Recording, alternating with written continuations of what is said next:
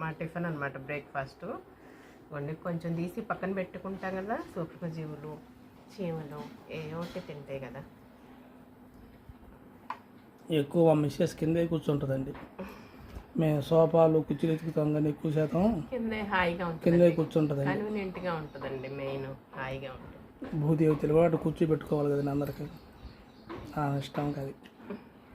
పైన కూర్చోమన్నా కూర్చోదు, ఎక్కడ సతికిలు పడింది కా పక్కన. చిన్న ప్లేసులు అయినా సరే భాషా ప్లేస్ కూర్చొని తింటుంది. అన్నం అయినా అంతే, టిఫిన్ అయినా అంతే. ఆడవాళ్ళం అలా కూర్చోవాలండి, లేవాలండి.